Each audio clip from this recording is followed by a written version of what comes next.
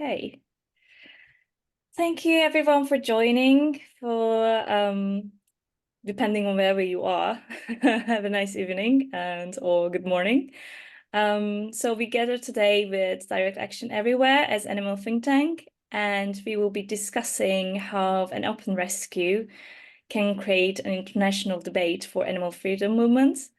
And we are here today with Cassie King from Direct Action Everywhere as the communications lead, and Zoe, and she is the Direct Action Everywhere rescuer and investigator. And also Mark from Animal Think Tank as the direction lead. So we will be starting with Cassie, and we will be talking about like how it started, what we wanted it to happen, and what's the story of Qing, Wayne, and other three people who got sorry, getting other people on the call. And yeah, other three people also who were arrested on felony warrants outside the courthouse, including Zoe herself. And then Zoe will talk about her experience with the open rescue and with the arrest as well. And then Mark will mention the importance of escalation and the backfire effect, and we will be providing some examples from some historical examples and key learning points, and why we want to get arrested, basically, and then what can an open rescue lead to. So we will be discussing that.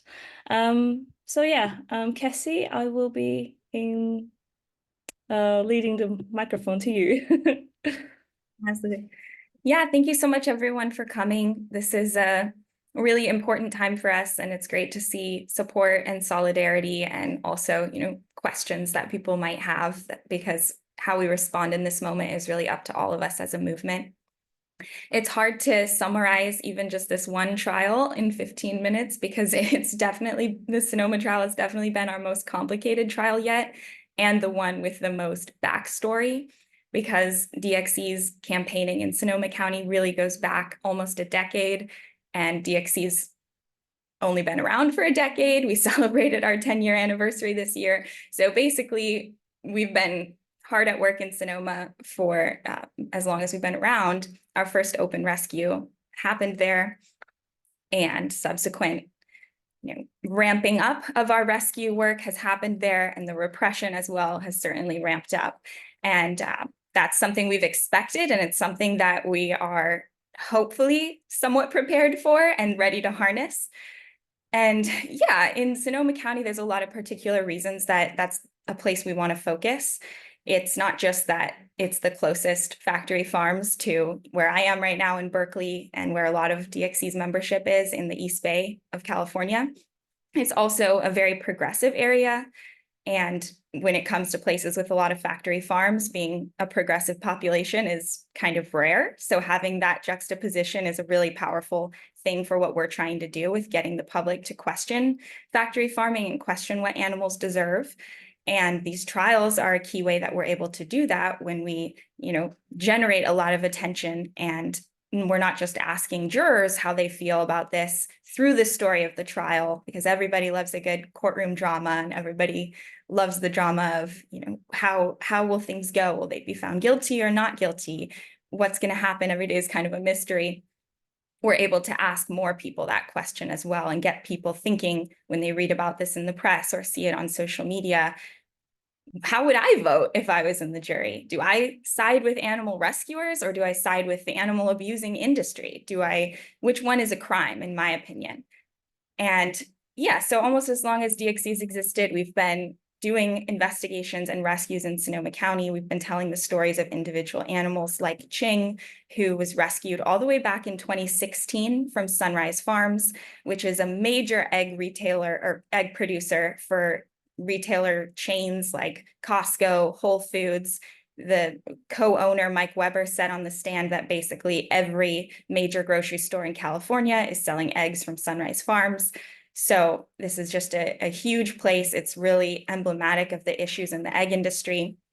And back in 2016, DXC wanted to go to Sunrise Farms to see what the conditions were like because Proposition 2 had been passed. And this is another reason Sonoma and California in particular are a great place to focus our campaigning, because they have some of the strongest animal cruelty laws on the books. There's no exemption for farmed animals. So in theory, what's illegal to do to dogs and cats in your home is also illegal for factory farmers to do to other animals. And we have some of the strongest ballot initiatives for animals like Prop 2 and now Prop 12 in more recent years, which expanded upon that.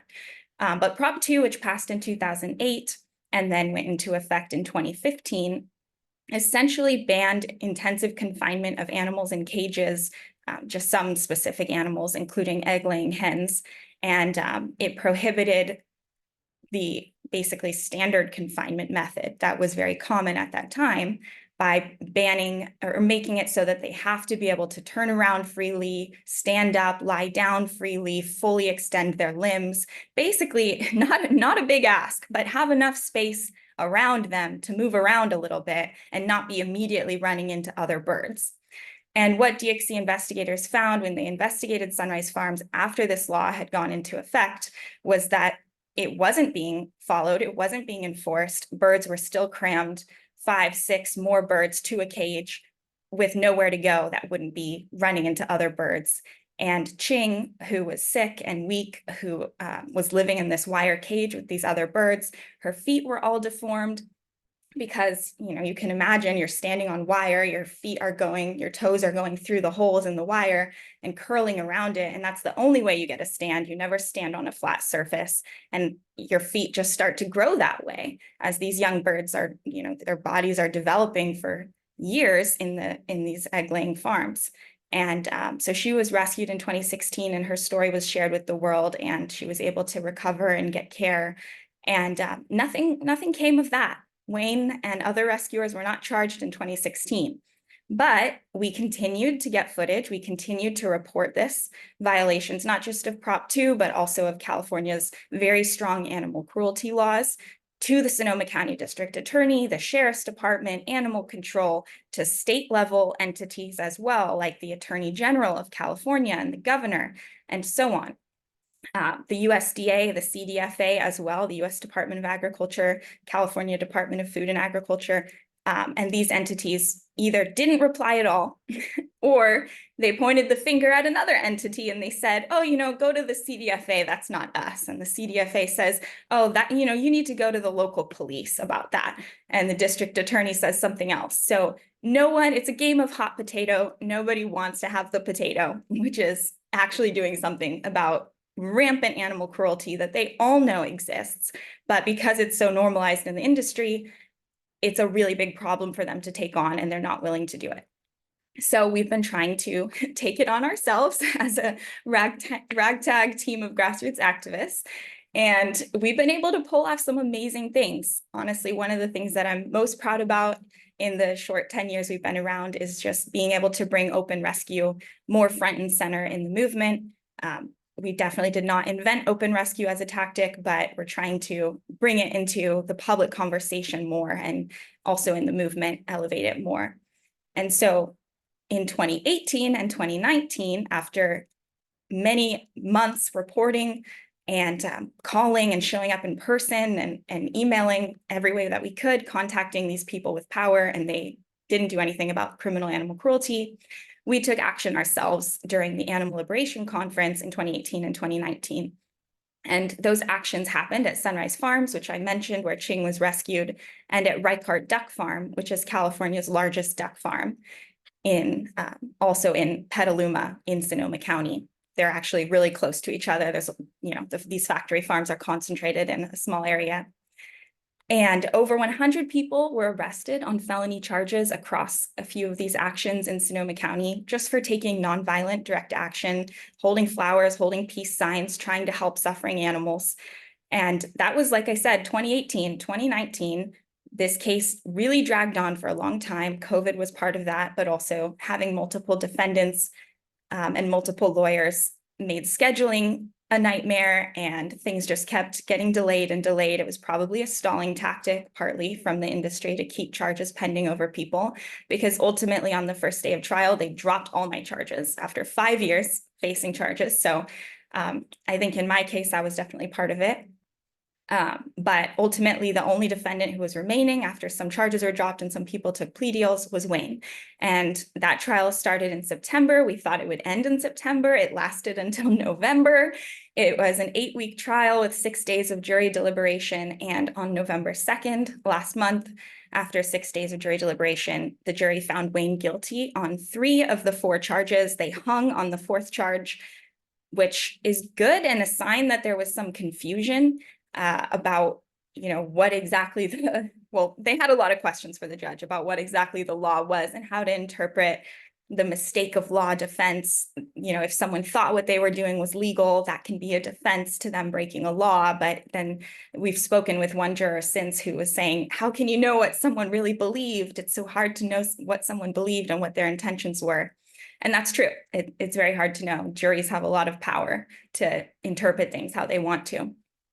But ultimately, they found Wayne guilty on 2 counts of misdemeanor trespass and the felony conspiracy charge at Sunrise Farms, where he was definitely the lead person leading the action. And he testified openly about that. And he was taken immediately to jail, which was a little bit surprising, but I think probably what Wayne would want if he's going to go to jail, do it right away, tell the press, let everyone know. So he was remanded into custody right away, and he had his sentencing hearing 4 weeks later on November 30th, and he was sentenced to 90 days in jail. But because he'd already served 30 days, basically, and in California, there's a half-time statute where, mostly because the jails are so overcrowded and understaffed and the conditions are really bad, there's just a norm of people serving half their sentence unless there's other extreme circumstances. So he got out of jail on December 9th, which is great. But he, in addition to the 90-day sentence, he also got 2 years of probation, which include various terms, the worst of which, by far, worse even than the jail sentence, is a no contact order, which prohibits him from having any kind of contact in person, electronic communication, telling someone to tell something to that person, anything direct, with 14 people who are called his co-conspirators, which is very unjust because none of those people were put on trial or convicted of being co-conspirators. I'm one of them, and they literally dropped my charges thinking they couldn't convict me, but they can still label me a co-conspirator. And now I'm one of these people that Wayne can't speak with at all for 2 years, and Zoe is as well. So because we're here on this call, Wayne cannot be. And if Wayne were on the call, we could not be. So there's a lot of coordinating going on now to figure out how that's going to work, because another person on the list is Paul Darwin Picklesheimer, who was Wayne's co-defendant in the Smithfield trial and is his co-defendant in the upcoming Our Next Right to Rescue trial, which is a beagle rescue case in Wisconsin scheduled for March. And so, I think that's very intentional that the judge went out of her way to add that on. It wasn't even something the prosecutor asked for, because what they want is to isolate us and to make us less, not just less connected, but less effective. They want to make us less effective because they're basically operating like the legal arm and the PR arm of the industry, of the Farm Bureau in this county, and doing whatever's going to help them, like keeping us from communicating with each other. But as terrible as that is, and we weren't necessarily prepared for this no contact order, we were definitely expecting a conviction, and we were aware that, there's a lot of risk involved in going to trial in these cases. We were actually expecting a conviction much earlier. We really thought it would happen in the Smithfield trial, and we were so elated that we won earlier than expected, and we got the first acquittal for open rescue in history in that case. And then we followed it up 5 months later with another acquittal for open rescuers in the Foster Farms trial here in Merced, California. And, I think Almira, our lead organizer, put it like this: if you were writing a book about open rescue, this is what would happen. This was after Wayne was convicted. Like, you wouldn't just keep winning. That wouldn't be a very good book. You need some tension. The third time, or whatever, after all this winning streak, like, you've got to face some really big obstacles. You need some plot. And obviously we're not literally writing a book, but I think about what we're doing in that way a lot, because we are writing history together and we're trying to change the world. And we know we're going to face obstacles. We knew that repression was coming. And we also know that if there's anywhere that we're going to face this repression where someone's going to be convicted, honestly, Sonoma County is probably the best place. And this was the best case for that for a huge number of reasons. I'm just going to really briefly gloss over that to wrap up. But for one thing, with all the reporting that I mentioned, all the efforts that were made to contact the authorities before these actions happened, we have a really strong case for necessity, for the necessity defense, to say we exhausted our legal options. You left us with no choice. We had to take action ourselves. And the necessity defense has never been used for animals so far. It was not allowed in this trial, but that's one of many things that Wayne is appealing on, which if we can win in a court of appeal on that or any of the other number of reversible, terrible errors that the judge made in this case, then that would actually set case law, would actually have a binding element to it if it happens in a higher court rather than just a single criminal case. And Sonoma County is a county where we have a lot of activists, where we have a lot of pressure, where people really care about animals.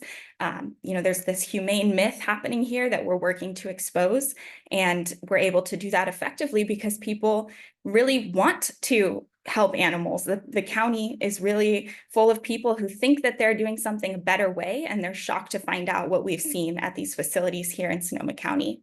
So what we do in this county really matters, and what we do in this moment really matters. So I'm really looking forward to what's coming next. And I'm just really grateful that everyone here is part of that by sharing, amplifying, supporting, and being in solidarity at this time. Thanks. Amazing. Thank you, Cassie. I think that was like quite a nice brief explanation of what happened and what you're expecting. I want to turn into Zoe and like how, because she's one of the people who got arrested, and like what's the consequences of it and how are you feeling? What was your experience? And I also want to know, like, was there anything that the court said, like, can you still like, because you are the founder of Happy Hen Animal Sanctuary.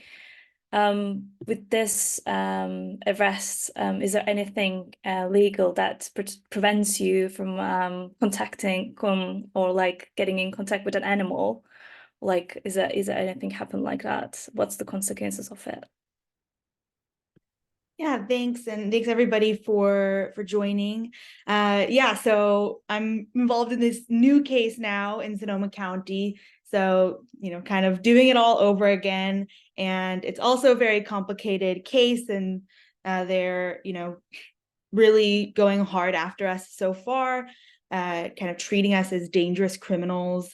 And actually, these charges stem from events that took place, some of them even a few months before Wayne's trial. So this past spring, we did an investigation of Petaluma Poultry. So Petaluma is a town in Sonoma County, and Petaluma Poultry is trying to paint itself as this local business. But if you do a quick Google search, you can see that Petaluma Poultry is owned by Purdue, which is one of the largest agriculture companies in the US. And Purdue's big thing is like no antibiotics ever. That's, they put that on all their packaging and really tout that and push that and try to make themselves sound better than all of the other chicken companies.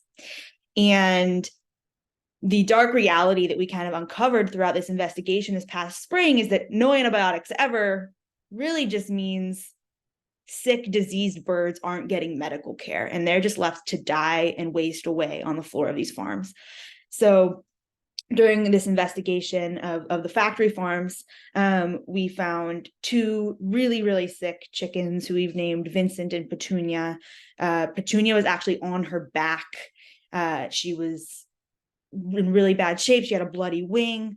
I remember saying to one of the other investigators, we can rescue her, but I don't think she's going to survive.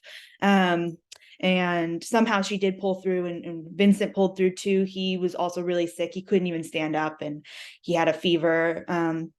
And it cost over $5,000 or maybe even over $6,000 in veterinary bills to save them. They were in the hospital for several days. And one of the most concerning things was that Vincent actually tested positive for multi-drug resistant enterococcus bacteria, which is a zoonotic bacteria. It's incredibly dangerous, especially because it was resistant to so many bacterias. So that means that if somebody had eaten his body, if he had gone through the slaughter process and ended up on somebody's plate, not only would his life have been harmed, but also somebody who ate him could have gotten really, really sick too. And especially if they were immunocompromised, they also could have died. So that was really concerning. Their slaughterhouse, the Petaluma Poultry Slaughterhouse, has also faced a lot of criticism for Campylobacter and E. coli bacteria, and just a lot of public health concerns. And we also did an investigation of the slaughterhouse, which found additional concerns, such as evidence that chickens were being regularly boiled alive. So we reported all of those findings to law enforcement and tried to get them to do something, to act themselves. They didn't. So on June 13th, the early hours of June 13th, me and a few other investigators disguised ourselves as workers, and we entered the Petaluma Poultry Slaughterhouse, and we rescued 4 chickens off of a transport truck in the holding area of the slaughterhouse and got them veterinary care. That night, the police did not respond in any substantive way. They didn't do anything to help the animals. They didn't do anything to stop us. And we, all the rescues that night were successful and didn't involve any confrontations with law enforcement. So then fast forward a few months, it's Wayne's trial. And during Wayne's trial, we started to investigate Reichardt Duck Farm again for the first time since 2019. So one of the facilities Wayne was obviously facing charges for was Reichardt. So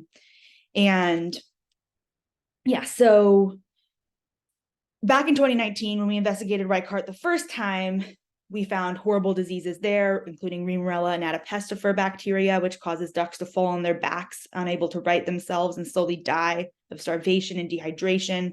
And among so many other just horrible, horrible cruelties.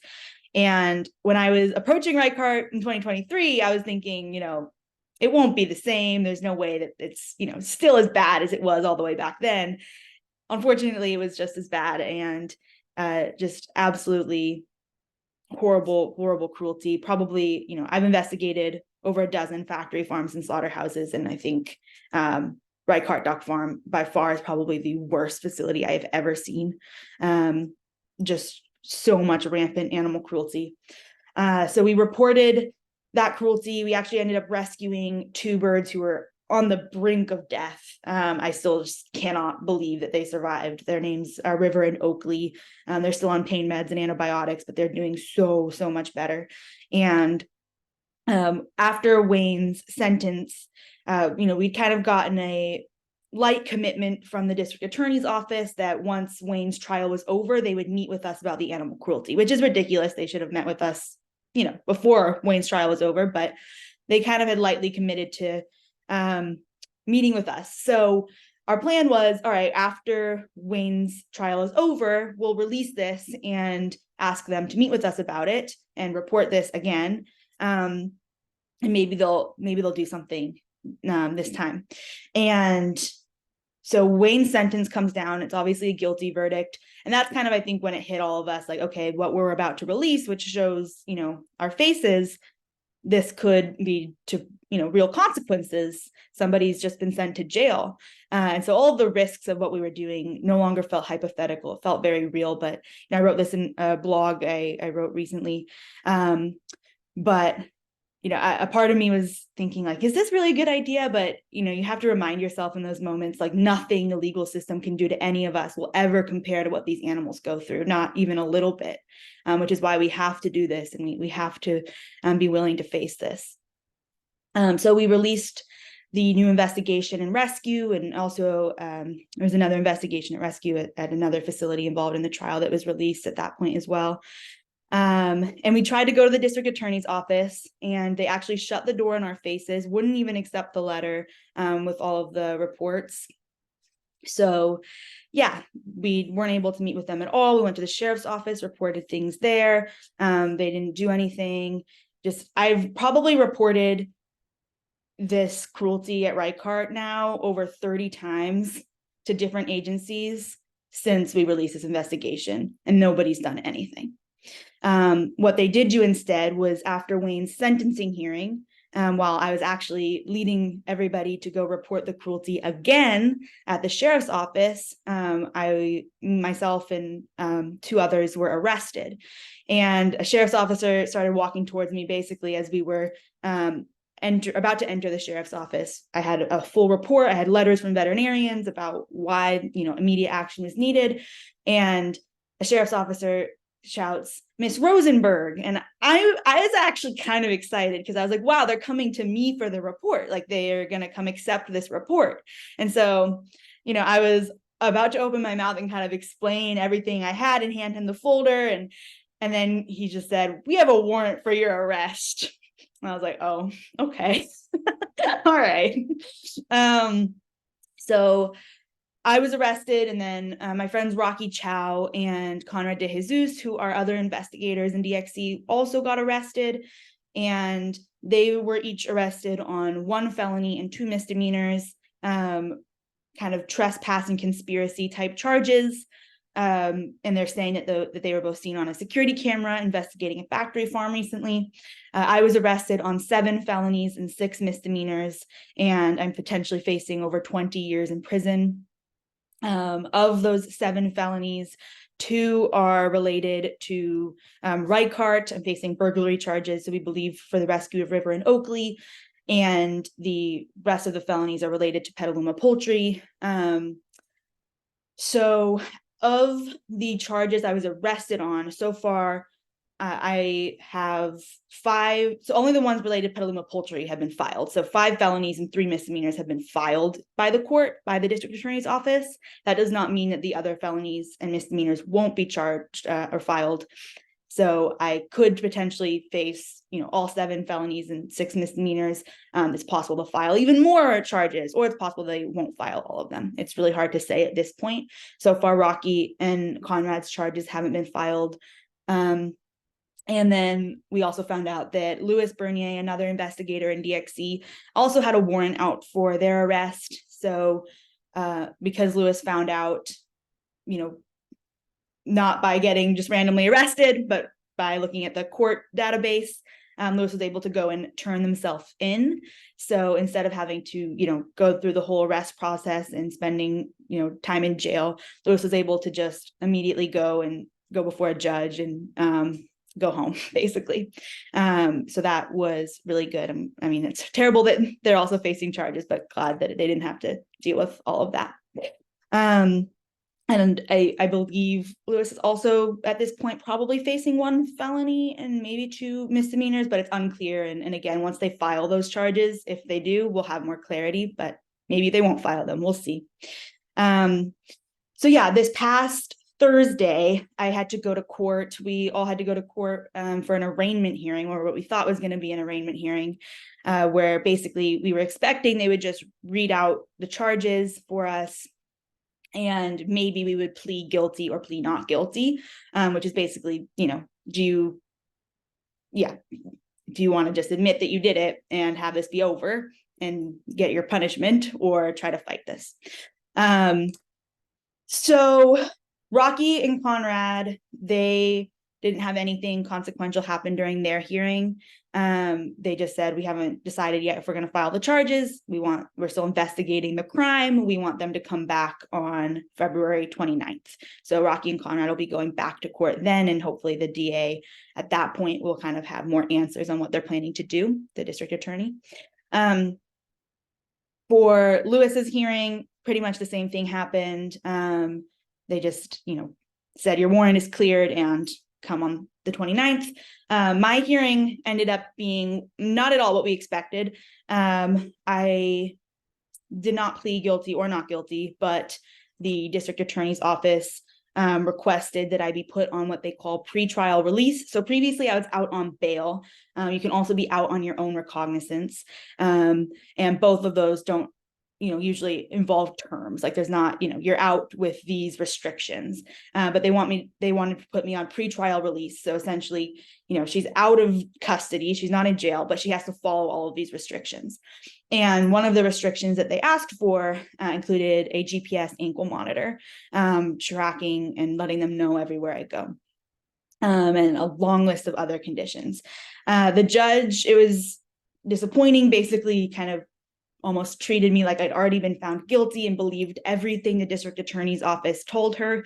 And they were telling the judge all types of like bizarre, baseless things. They were bringing up accusations of things I'm not even being charged for, which really is not something they should really be able to do. Or at least, a judge shouldn't take that seriously if I'm not being charged. For example, they were saying I've been going to factory farms after factory farm after factory farm over the last few weeks, spreading diseases, intentionally bringing bacteria to farms to infect animals. And of course, that's not true. And also, I'm not being charged for that because they know that's not true. But the judge acted like everything they were saying was true, and then this threat to public health and to public safety. So the main restrictions that I've been given on my pretrial release terms are I have to wear a GPS ankle monitor at all times. That's on my ankle. And one of the most bizarre things is I am not allowed to possess ducks, chickens, or other birds, which I think is very silly. That's definitely something they usually bar dangerous criminals from possessing is birds.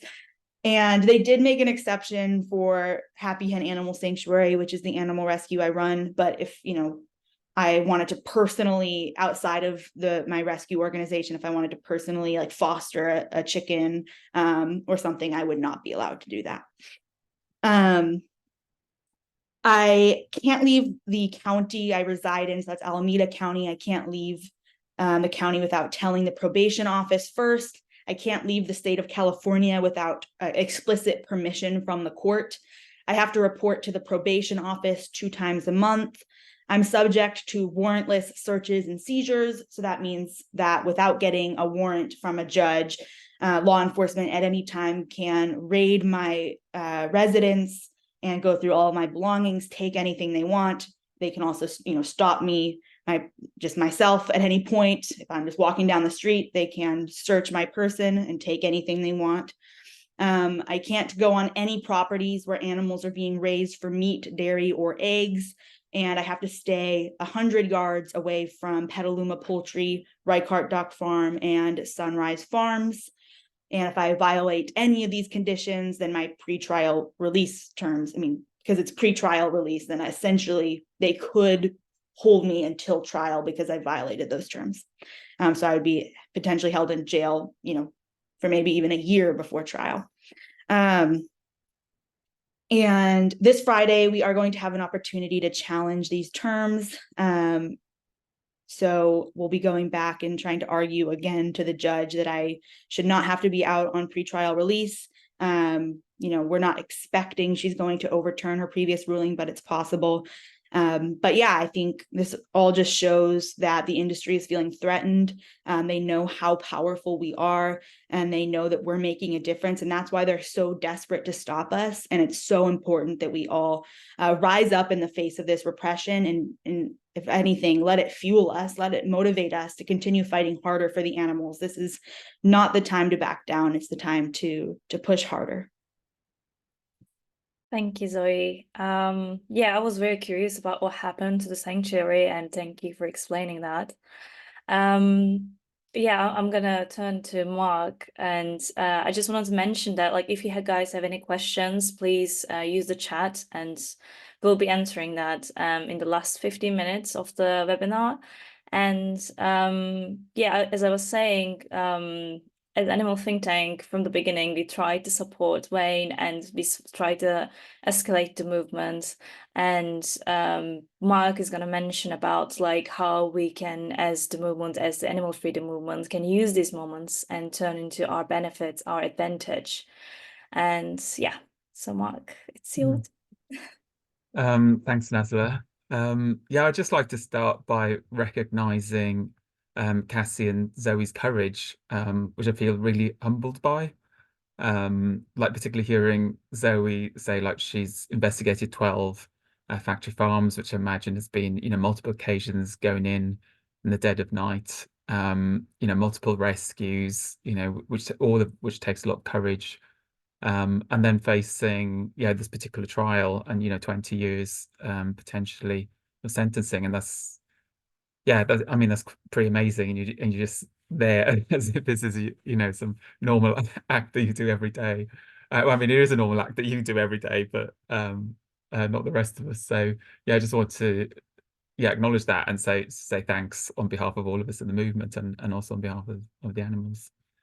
So I want to pick up on what Zoe sort of concluded on, that these moments can be an opportunity for all of us in the movement, as individuals and as organizations, and even uniting as a movement and showing our strength. And when repression comes in the form of arrests and heavy sentencing, you can give up.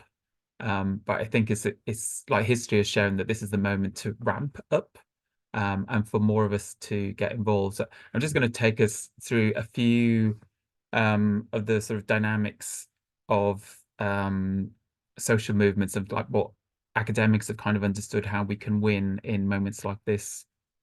And I'm going to be talking about things called like a whirlwind moment. So a whirlwind moment is like, you're operating as a movement, and then something happens and you've kind of got like a whirlwind going on. It's like sometimes you don't know where it's come from, and you sort of grabbed the public's attention.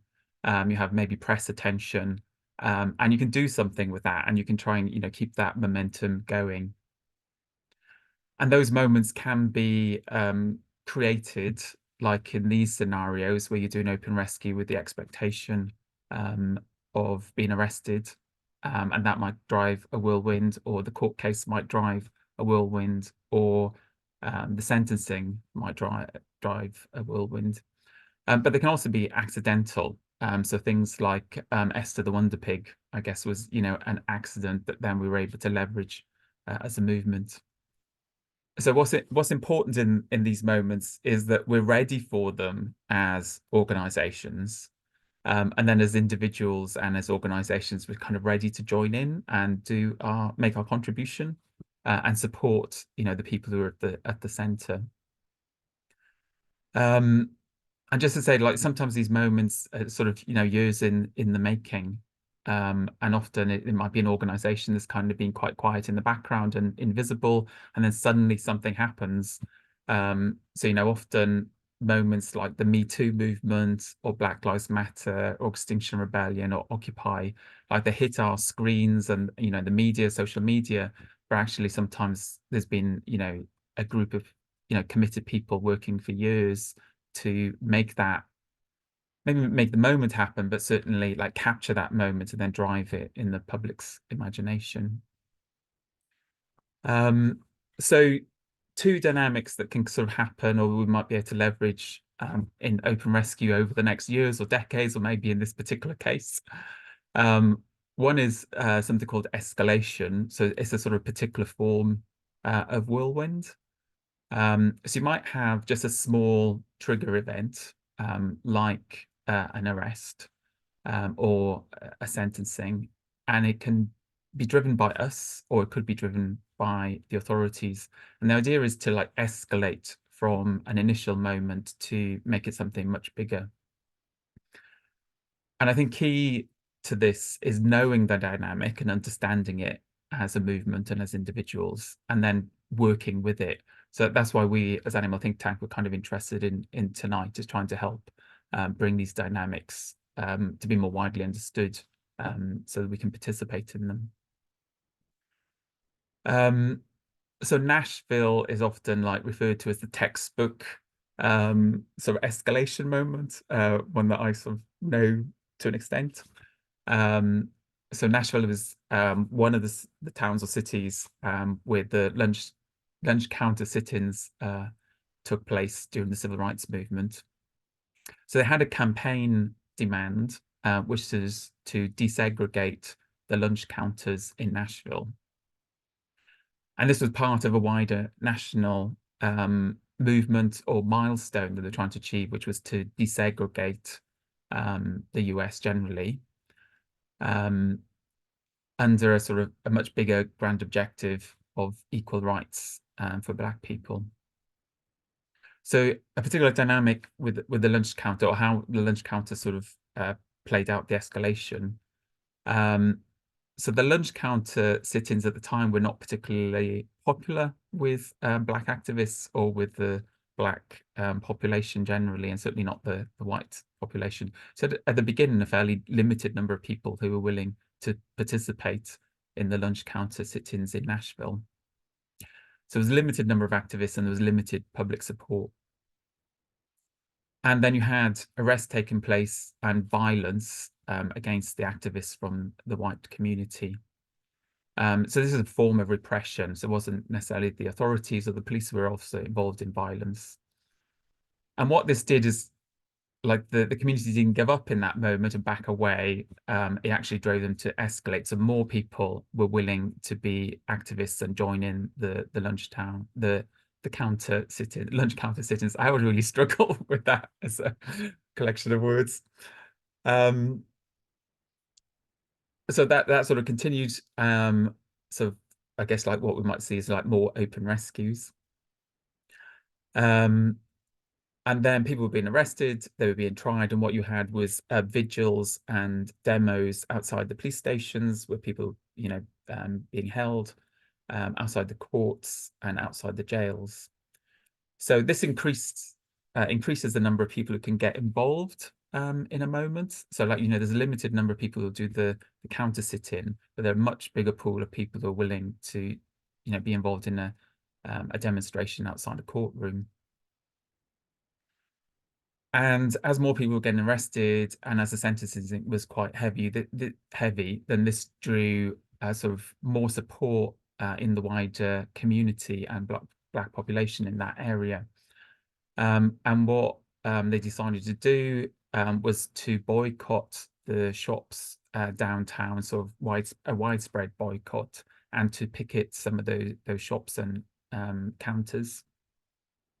And so at this stage, I can't remember, but a large segment of the population now started to get involved. So more and more people are involved. So this is kind of part of the escalation. And then one of the lawyers who was representing some of the activists, his house was bombed. And again, rather than that, repressing the community and frightening them and backing off, like, more of the community got involved. And that led to a march of like a huge part of the population on the downtown, and got the mayor to concede and to accept that they would desegregate the counters in Nashville. So you're going from a small pool of people, and it's essentially the repression is driving then the sense of injustice in the population that they are sort of willing to get involved. So you get a lot more people involved. And what happened in that particular case as well is like a lot of the fundraising became a lot easier. So support for the activists for their for legal cases, housing and everything, that also sort of increased. So you could say that the success of that particular moment was due to the boycott and the marches, where you had like a large proportion of the population involved, but they only really happened because of the initial sit-ins that sort of drove the community to respond in that way. So when we have scenarios like Zoe's case, then this could be an opportunity to drive escalation, and it could be one of those situations that grab public attention and become a whirlwind. So we can't ever really know that. Like, it's it's partly to do with fate about what journalist has got what press release on their desk on any particular day, what conversations are happening, what else isn't happening. So, like, often we celebrate sort of certain historic moments as like, oh, that was like a cornerstone in turning things around. But maybe there were dozens, if not hundreds, of actions that were, just exactly the same, but didn't lead to kind of those escalation moments. So part of this as a movement is like, we have to be ready and we have to be, agile in responding, and we have to, like, as individuals, get involved when these things happen. But we also have to have perseverance. And, we might try to escalate Zoe's case, And if it doesn't happen, it's just like, well, we'll have to escalate Zoe's next case or the one after. And it might be dozens or, maybe even hundreds of trials and sentencing before we really grab the public's imagination. So this is one of the keys, I think, to social movements being successful is just like a lot of determination and perseverance and like not getting lots of hits. And then eventually, you do get one. There was another dynamic that happened in Nashville, which is called the backfire effect. And this is when the public swing to support you, not because they believe in you being right, or not because they're persuaded that you're rational and you've got the right cause, but they're persuaded because of the violence against you. And they see that how you're being treated either by the police or by other members of the public is unjust and unfair. And so they sort of come to your side out of a sense of support and injustice towards you as the activist, rather than necessarily supporting the movement that you're behind. So this is a really common dynamic. It was one I witnessed here in Lancaster. I'm based in the UK, north of England. And quite some time ago, we didn't have fracking in the UK. And then the government tried to introduce fracking. And in those early days, the NGOs or the non-profits were able to drive a small amount of press around this, kind of shock horror. We're not going to have fracking. This is what's done in the US and in other countries. There was, there's a big big push from the environmental movement, but fairly quickly the press interest and the public interest dropped, and there was like no press for a long time. And then there was a few sites were chosen for sort of experimentation, and there was a lot of public protest there, and there was kind of no press. And the public, the number of people involved in the process grew, particularly here in Lancaster. I was very aware of it, hundreds every day for years. And there was direct action taking place. So breaking some of the equipment that was going in, no press. There was blockading entrances for days into the sites, no press.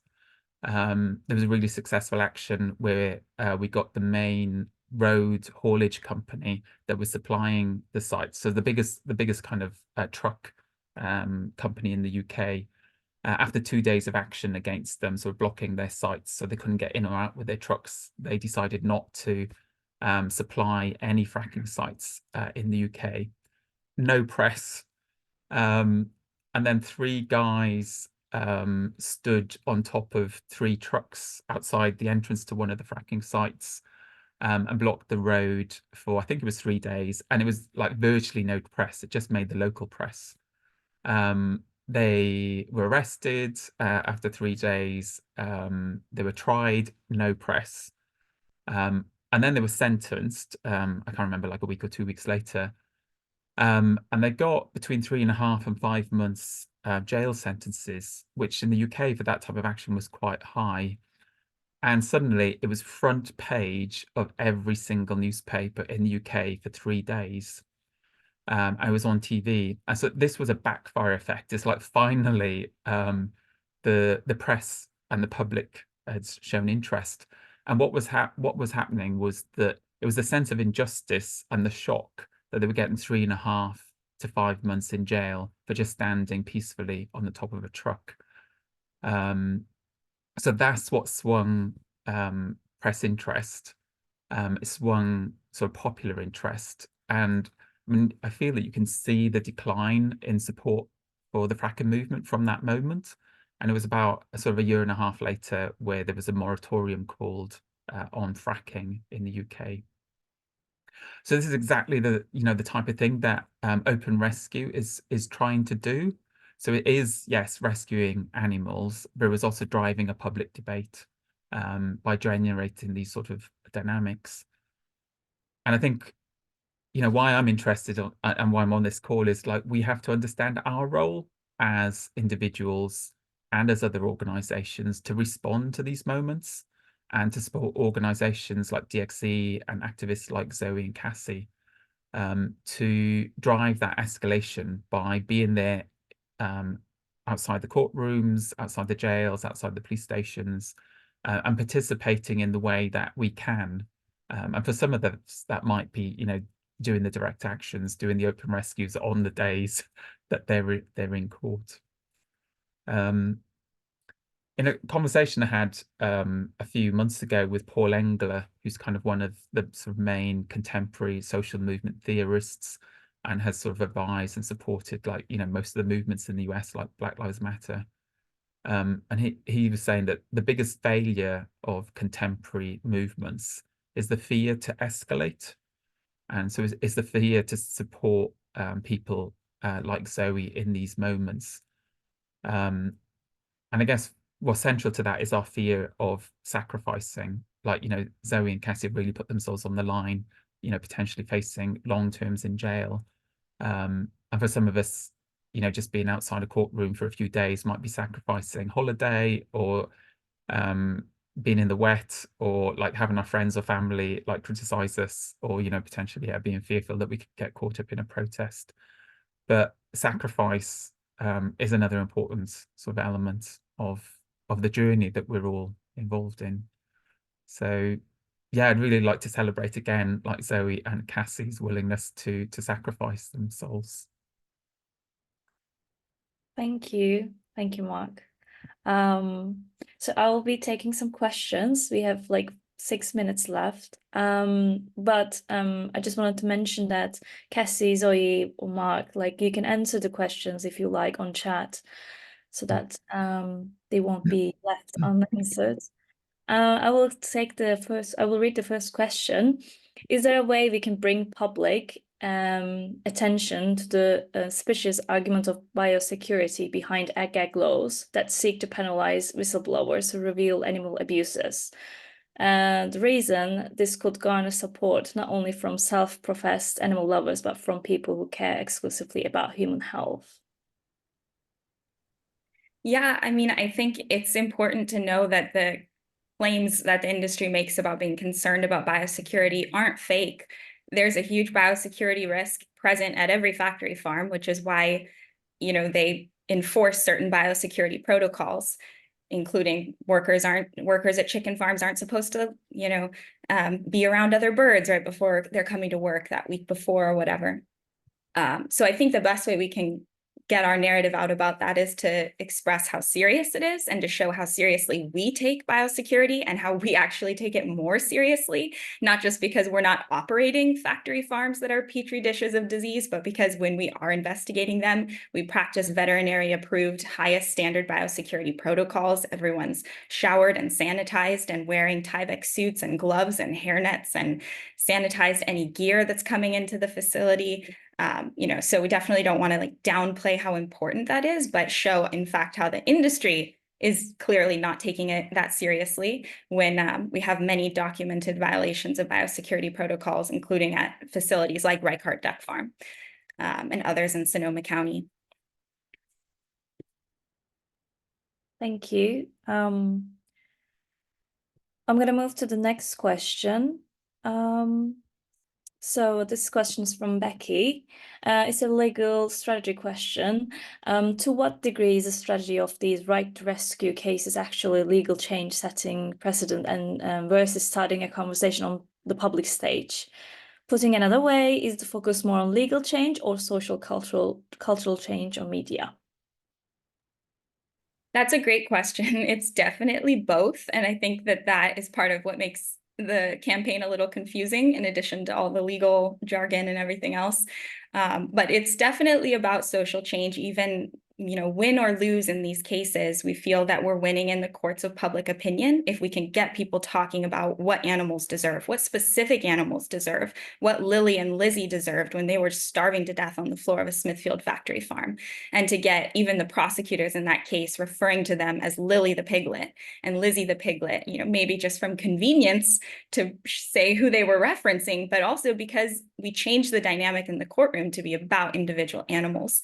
So I think that, yeah, like I think Mark said, that we're trying to put the factory farms on trial, and we're just there as a proxy for these animals to try to get justice for them against the factory farms. And even though it's really the other way, according to the court, that's how we're perceiving of these cases. Very much it's about putting the industry on trial in front of the public and generating attention and social change, but more of an end goal that we hope to reach and may take a long time is to actually change the law in a higher court. Or, you know, the right to rescue could be enshrined without the courts as well. If there's enough fuel coming from these court cases, it could be enshrined through a legislative bill. There's already a bill in California that was passed a few years ago that's called the Right to Rescue Act, which is part of our inspiration for the name. And it's specifically giving people the right to break windows of cars on hot days to rescue dogs from overheating inside. So it's very narrow, but we are talking to legislators in California about expanding that law. So who knows which way the campaign will win, but that is they're both parts of it. Thank you. I would like to get Jake's question. It's quite an interesting one. Jake says, I would also like to know how much research, conversation, partnership, etc. has gone into learning from past open rescues campaigns and activists in the US. They have gone here through a variety of waves since the 1980s, but most of them ended with felony charges and then the campaigns fizzled out. What's the plan to avoid that? Eventually, if the key organizers and activists are all charged with felonies and common stay-away orders from farms and each other, it kind of makes movement crumble. Yeah, that's a really good question. And I think, you know, the biggest fear when we are facing repression is obviously, well, what if it works? What if they're successful? What if they do break us? And we have seen that happen in the past. And I think it's really important that we all come together to make sure that that doesn't happen, that the opposite happens, that we come out of this stronger. And it's up to all of us to determine how this goes and whether their efforts win or if our efforts win. And I think like the main things that we want to do to kind of prevent repression from succeeding is one, like really training people, developing new people so that, you know, if I am in prison, it doesn't matter. There's other investigators and rescuers ready to step up. There's somebody else who's going to run DXE social media. I don't have to do it. And so on. So we really need to develop new people.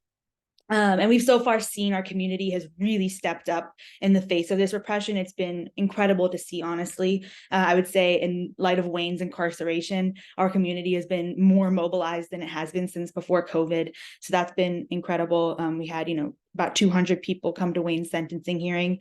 And I think another really important thing is that we want to really get as much media attention on this as we possibly can. You know, get in the New York Times, shoot big, and show them that we're not afraid, that we're not going to back down. And if we can kind of send this clear message of strength and that what they're doing isn't working, I think that'll inspire other people to feel less afraid as well. And, you know, public pressure, I think, also will go a long way in seeing these major news stories, which we've, you know, been able to get. The arrests were covered in Vice, and we've been pretty successful at getting major media coverage on these things. So hopefully we can continue to do that. Yeah, and if there's anyone specific that people think we should talk to, it would be great to have connections made. We've talked to Adam Durand and Amber Canavan, who both served time for open rescues in the past. And Andy Stepanian was at Wayne's sentencing hearing, and that was great because, you know, he served a really long time in prison, and he was saying that it was a positive, inspirational event to see people being so motivated in the face of a sentencing. But yeah, we have a lot of people to look to. So if anyone has connections, that would be great. Great, thank you. So we are running a bit out of time. So what I'm going to say is that the recording of this webinar will be shared on our YouTube channel at Animal Think Tank. So please save these questions, the ones that we are unfortunately left unanswered, and share, put it as a comment under that video that we're going to share, and so that Cassie or Zoe or Mark can answer those questions in detail later on. So I'll be sharing our social media accounts so that you can follow when the recording is shared. So thank you for everyone who joined today, and thank you, Cassie and Zoe and Mark, for your insightful thoughts, and everyone who asked the questions and listened to us today. We won't be leaving the webinar so soon, so until everyone leaves. So yeah, thank you for joining. Have a nice day. Thank you, everyone. Thank you, Nestle. Thanks, everyone. Cheers, everyone.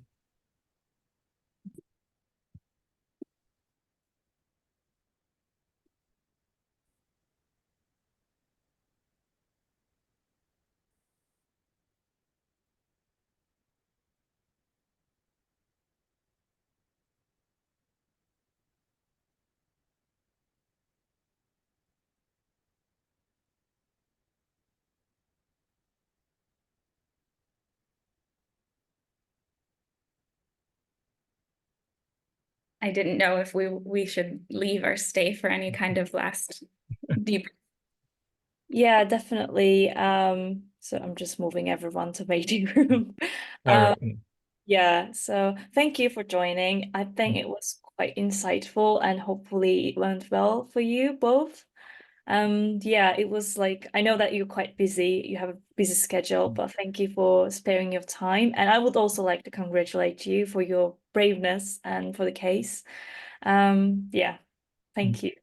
Thank you so much. Thanks for hosting this webinar. And yeah, I'm glad we can hopefully reach more people and inspire more people to keep taking action. well, I thought it was a good result that Jake Conroy asked a nice, polite question.